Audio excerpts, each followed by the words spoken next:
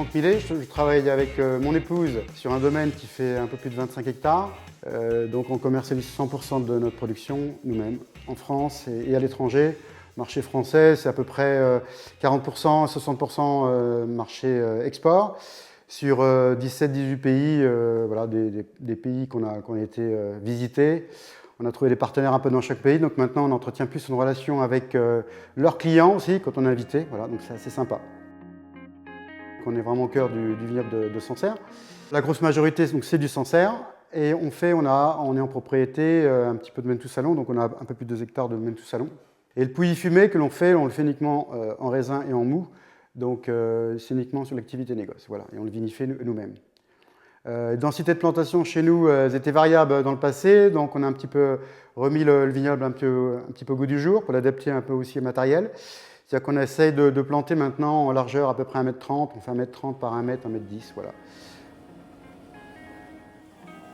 Alors Grégoire, c'est une vieille histoire. Ça date de 2000, je me rappelle de M. Ferré qui nous avait fait un essai, c'était une G84, première G84 sans cabine. On s'est dit qu'est-ce que c'est que cet engin-là? C'était tout jaune, c'était bizarre, c'était pas quelque chose qu'on avait souvent. C'était une vraie évolution. Et Grégoire a été là au bon moment, je pense, et nous a apporté cette solution-là. L'idée de cette G84, c'était de lui apporter de la polyvalence. On avait autour de nous des gens qui étaient capables d'adapter du matériel sur cet engin-là. Et c'était vraiment une priorité. L'investissement de la GS4, donc c'est dans une continuité de G84, G4. On leur fait faire pas mal de choses, on fait beaucoup d'heures. Hein.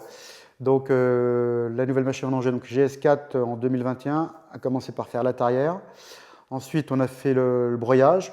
Ensuite, on a un petit peu de désherbage, du rognage. Voilà, donc vraiment de quoi l'occuper.